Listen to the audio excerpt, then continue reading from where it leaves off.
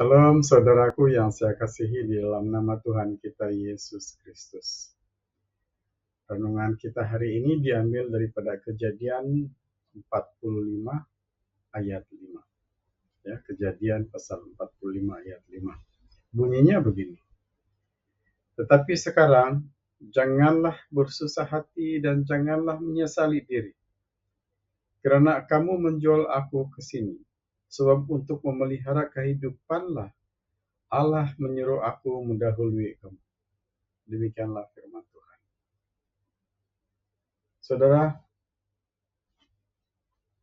kalau kita baca keseluruhan ayat petikan ini daripada ayat 1 sampai 28, kita dapat belajar sesuatu rencana Allah sesuai dengan apa yang terjadi dengan anak-anak Yakub ini.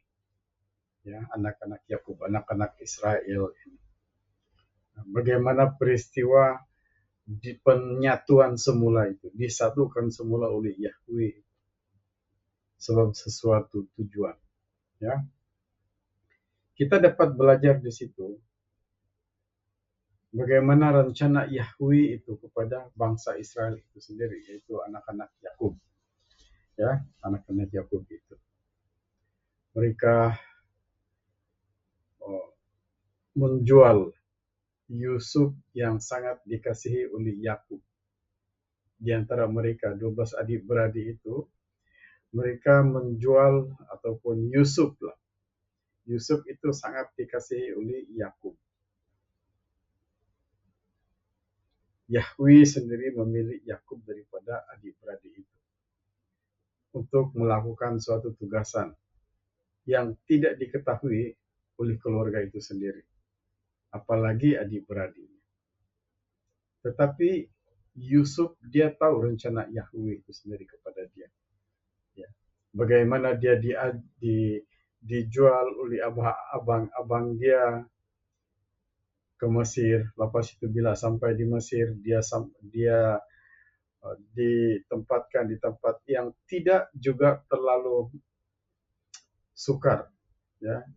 Cuma dalam proses menaikkan Yusuf kepada satu tempat yang sangat tinggi dalam kerajaan Mesir, maka Yusuf melalui pelbagai proses seperti godaan daripada istri Potifar dan sampailah ke istana. Ya. Sampai ke istana itu melalui mimpi yang diberikan Yahweh kepada Fir'aun. Selepas itu tidak ada satu orang pun yang dapat menafsir mimpi itu selain daripada Yusuf. Ya, jadi itulah proses seterusnya. Ya, jadi kalau kita lihat di sini ya, ternyata situasi adik-beradik selama puluhan tahun itu tidak sedikit pun memberi kesan yang negatif kepada Yusuf. Ya, tidak memberikan kesan untuk membalas dendam kepada abang-abang dia. Sebaliknya Yusuf mengetahui bahwa keadaan itu, proses itu terjadi kerana kehendak Yahweh itu sendiri. Begitulah hebatnya satu kuasa Yahweh itu kepada keluarga Yakub. Dan yang keduanya, bagaimana rencana Yahweh itu membina suatu bangsa yang hebat kuat melalui keluarga Yakub itu sendiri. Ya. Jadi itulah saudaraku. Pertama yang saya nampak di sini, situasi adik-beradik puluhan tahun lampau adalah rencana Yahweh membina bangsa melalui proses awal. Kita boleh lihat itu di dalam ayat 5 itu. Ya. Satu, memelihara keluarga Yakub daripada kelaparan. Bayangkan itu. Apabila Yusuf sampai di Mesir dan sebelum Yusuf pergi ke istana sampai memerintah dan tinggal di istana Fir'aun, maka Yahweh sendiri telah memberikan satu bencana, yakni bencana kelaparan. Dan selepas itu maka bermulalah proses demi proses sampai Yusuf sampai ke istana. Kalau menurut cerita di situ, di dalam kejadian itu, Fir'aun mengatakan semua tempat ini boleh ataupun kau kuasai.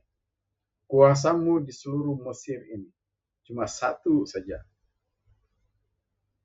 takhtaku, takhta Fir'aun itu. Dia tidak boleh berada di takhta Fir'aun.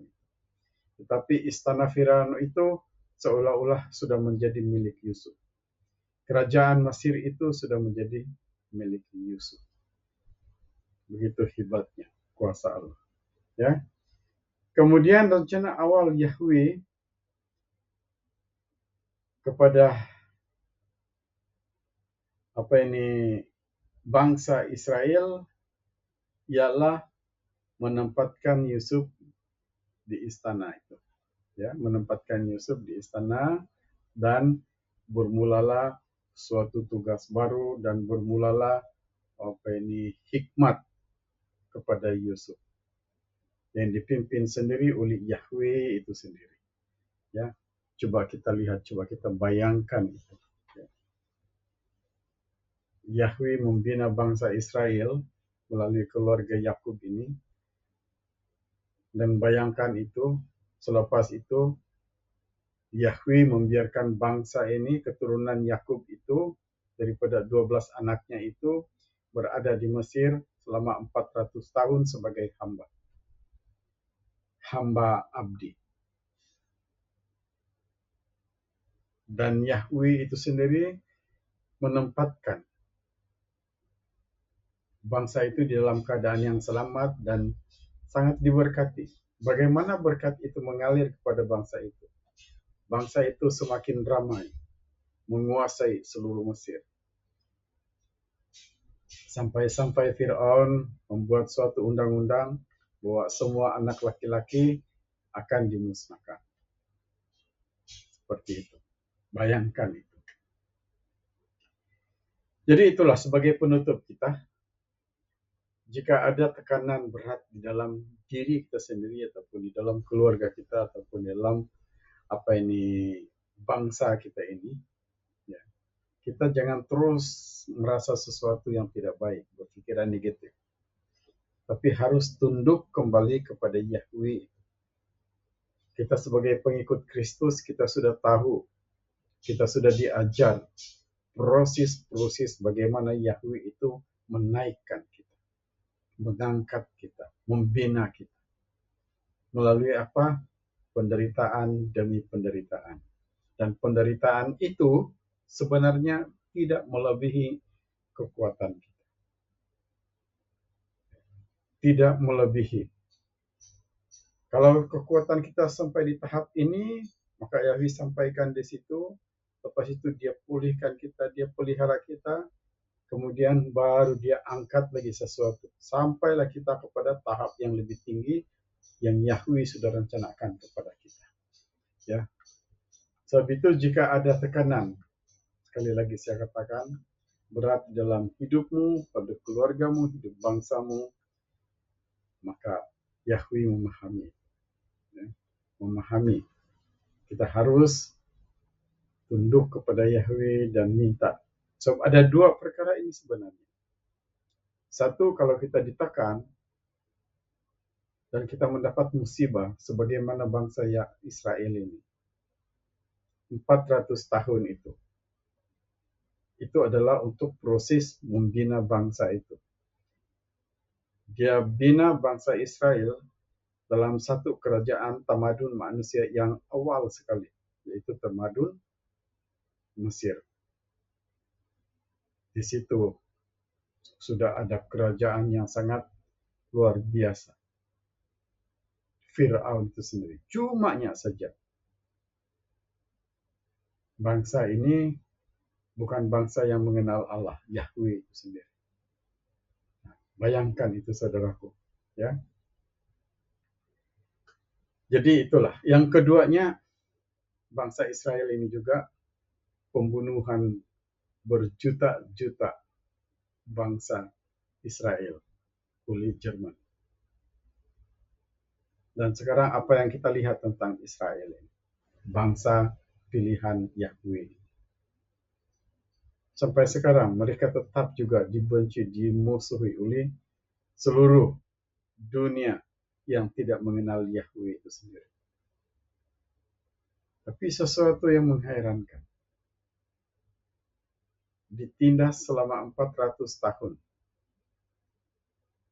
oleh kerajaan Mesir dahulu. Tetapi Yahweh sedikit pun tidak menggerakkan hati bangsa Israel ini untuk membalas dendam.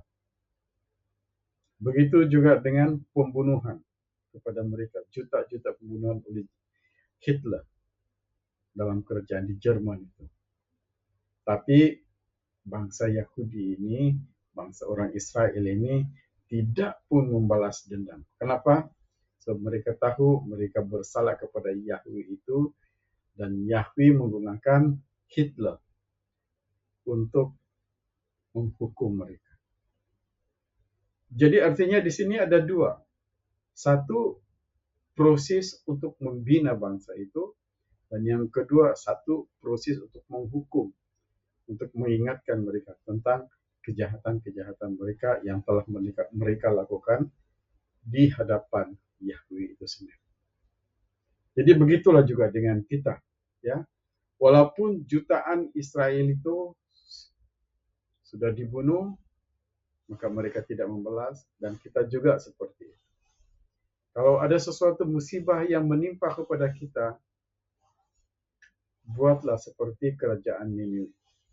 Berdoa dan berpuasa di hadapan Yahweh dan minta Yahweh tunjukkan apakah kesalahan kita secara pribadi, apakah kesalahan keluarga kita secara pribadi, apakah kesalahan bangsa kita secara pribadi.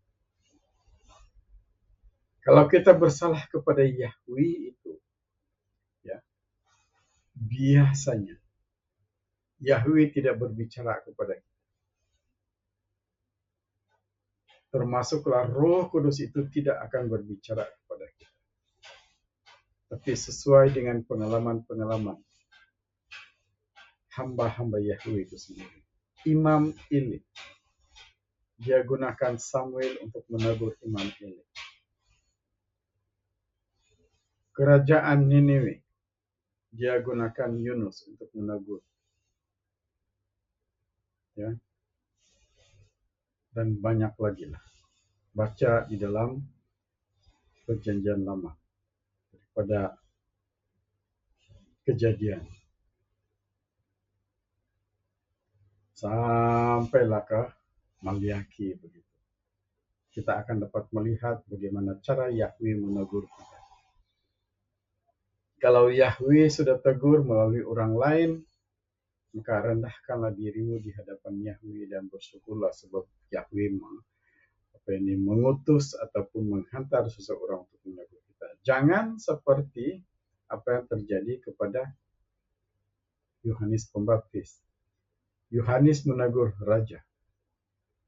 Tapi apa yang terjadi? Yohanes pula dihukum. Begitu juga dengan nabi-nabi yang lain. Jangan seperti itu.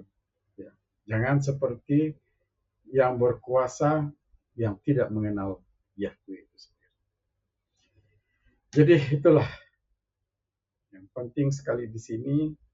Apabila ada sesuatu yang terjadi di dalam keluarga kita, ataupun ada sesuatu yang terjadi di dalam community kita, kerajaan kita, ya, rendahkanlah dirimu supaya Tuhan akan mengangkat engkau. Rendahkan diri supaya Tuhan akan mengangkat engkau kembali. Bertobat di dalam kesalahan yang sudah ditunjukkan kepada kita.